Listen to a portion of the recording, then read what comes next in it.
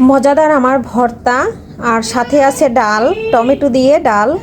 কে কে এভাবে পছন্দ করো চলে আসতে পারো আমার বাসায়। আর চিংড়ি মাছের খুব মজাদার একটা ভর্তা, একদম কাছের থেকে দেখিয়ে দিচ্ছি। দেখো আমি কিন্তু আদা বাটা করে নিয়েছি। আর ডালটা দেখো কত সুন্দর হয়েছে। আমি কিন্তু ডালটা কিভাবে বাগার দিয়েছি তোমাদের দেখিয়ে দিয়েছি। আর টমেটো কিন্তু একদম আস্তে আস্তে আছে। আর একটু শুকনো লঙ্কা দিয়ে দিয়েছি ফোড়নে।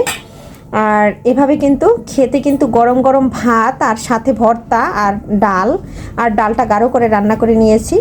খুবই মজা লাগে, আমাদের কাছে ভীষণ ভালো লাগছে। তোমাদের কাছে কেমন লাগে বন্ধুরা? মজার খাবার খেতে চলে আসো বন্ধুরা আমার বাসায়, তোমাদের সবাইকে আমন্ত্রণ রইল।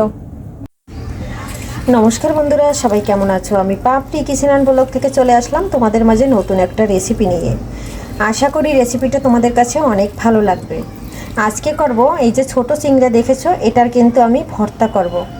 আর প্রথমে চিংড়ি মাছটা খুব সুন্দর করে ধুয়ে পরিষ্কার করে নিয়েছি। এখন আমি একটু লবণ হলুদ মেখে ভেজে নেব। ভর্তা করার জন্য আমি কি মশলা নিয়েছি দেখো, এখানে নিয়ে শুকনো মরিচ, কয়েকটা কাঁচা মরিচ, আর নিয়েছি পেঁয়াজ আর রসুন। এটা আমি তেল ছাড়া ভেজে নেব। লবণটা দিয়ে দিয়েছি, এখন আমি হলুদটা দিয়ে দিচ্ছি। আমার কাছে ভর্তার মধ্যে একটু হলুদ দিলে ভালো লাগে। যেহেতু এখানে ছোট ছোট চিংড়া, তাই আমি হলুদটা দিয়ে সুন্দর করে মেখে আমি এটা তেল ছাড়া একদম ভেজে নেব। তাহলে চিংড়ি মাছটা ভাজা শুরু করলে কালো হবে না, দেখতে কিন্তু খুব সুন্দর লাগবে, সুন্দর একটা কালার আসবে। মেখে নিয়েছি বন্ধুরা। দেখো চিংড়িটা আমি দিয়ে দিয়েছি। এখন আমি একটু নেড়ে চেড়ে খুব সুন্দর করে তেল ছাড়া ভেজে নেব।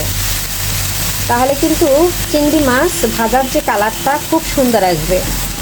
আর অনেকে চিংড়ি মাছে হলুদ দেয় না, ভাজলে পরে একটু কালসা কালসা ভাব আসে, সেটা কিন্তু আসবে না। একটু নেড়ে চেড়ে দিলাম।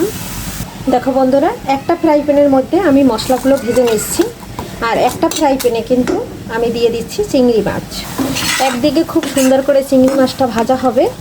আর দেখো চিংড়ি মাছটা দিয়ে অনেকটা জল বের হয়েছে। আর এই জল কিন্তু একটু রাখবো না, চিংড়ি মাছগুলো না একদম মুসমুসে করে নেব ভেজে। আর কত সুন্দর একটা কালার আসছে কিন্তু বন্ধুরা দেখো। একটু নেড়ে ছেড়ে দিচ্ছি, কারণ আমি তেল ছাড়াই কিন্তু এভাবে একদম সম্পূর্ণ ভেজে নেব। দেখো বন্ধুরা, চিংড়ি মাছটা একদম মুসমুসে হয়ে গেছে। এখন কিন্তু এ পর্যায়ে আমি নামিয়ে নেব। আর এর কারণেই কিন্তু আমি একটু হলুদ দিয়ে দেই, কালারটা নষ্ট হয় না, খুব সুন্দর থাকে। এখন আমি চুলার জালটা অফ করে দিচ্ছি। এদিকে দেখো বন্ধুরা, একদম আমার মরিচ, পেঁয়াজ, রসুন সব ভাজা হয়ে গেছে। এই চুলাটাও এখন অফ করে দেব। ভর্তার সাথে থাকছে টমেটো দিয়ে পাতলা ডাল। আর কে কে পছন্দ করো বন্ধুরা চলে আসতে পারো আমার বাসাতে। ভর্তাটা কিন্তু সম্পূর্ণ ভাজা হয়ে গেছে, মরিচটাও সুন্দর করে ভাজা হয়ে গেছে। আমি কিন্তু একটু তেলও দিই নাই, পরে কিন্তু আমি একটু সরিষার তেল দেব। বন্ধুরা বলছি না ভর্তাটা পাটায় বাটবো, আলোটা কিন্তু ঠিক মতন পড়তেছে না, পাটায় নিয়ে নিয়েছি আর বেটে নিচ্ছি। আর এভাবে পাটায় বেটে ভর্তা করলে অনেক মজা লাগে। আর ভর্তাটা বাটার জন্য হেল্প করতেছে আমার বোন, কারণ আমার হাতে আজকে প্রচণ্ড ব্যথা বন্ধুরা, তাই আমার বোনটাই আমার ভর্তাটা বেটে দিচ্ছে আর আমি ভিডিও করতেছি। আর এভাবে অর্ধেক মানে আর হাফ বাটা দিয়ে নেব, ফুল বাটবো না, তাহলে ভর্তা খেতে মজা লাগবে না। আর আদা বাটা করলে না ভর্তাটা খেতে দারুণ লাগে। এই যে দেখো অনেকটা ভর্তা বাটা হয়ে গেছে। দেখো বন্ধুরা কত সুন্দর, একদম কাছের থেকে দেখিয়ে দিচ্ছি। আর চিংড়া মাছটা কিন্তু আদা আদা বাটা হয়েছে। এখন কিন্তু তুলে নিচ্ছি। আর এই পাটায় ভাত বেটে খাওয়া কে কে পছন্দ করো? ভর্তার পাটায় ভাত মেখে খাওয়া খুবই মজা লাগে বন্ধুরা। এখন আমি ভর্তাটা তুলে নিচ্ছি। দেখো পাতলা ডাল রান্না করতেছি। ডালে কিন্তু হলুদ দিয়ে দিয়েছি আর মরিচ দিয়ে দিয়েছি, আর ডালটা কিন্তু রান্না করতেছি। আর সাথে টমেটো কেটে নিয়েছি, টমেটো দেব।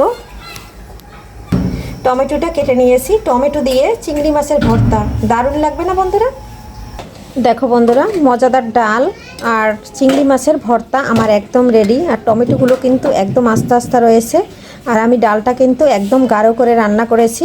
আর আজকের রেসিপি বন্ধুরা তোমাদের কাছে কেমন লাগছে কমেন্টে জানাতে ভুলবে না। আর আমার ভিডিও যদি ভালো লাগে বন্ধুরা একটা লাইক দিয়ে সাথে থেকে যাবে।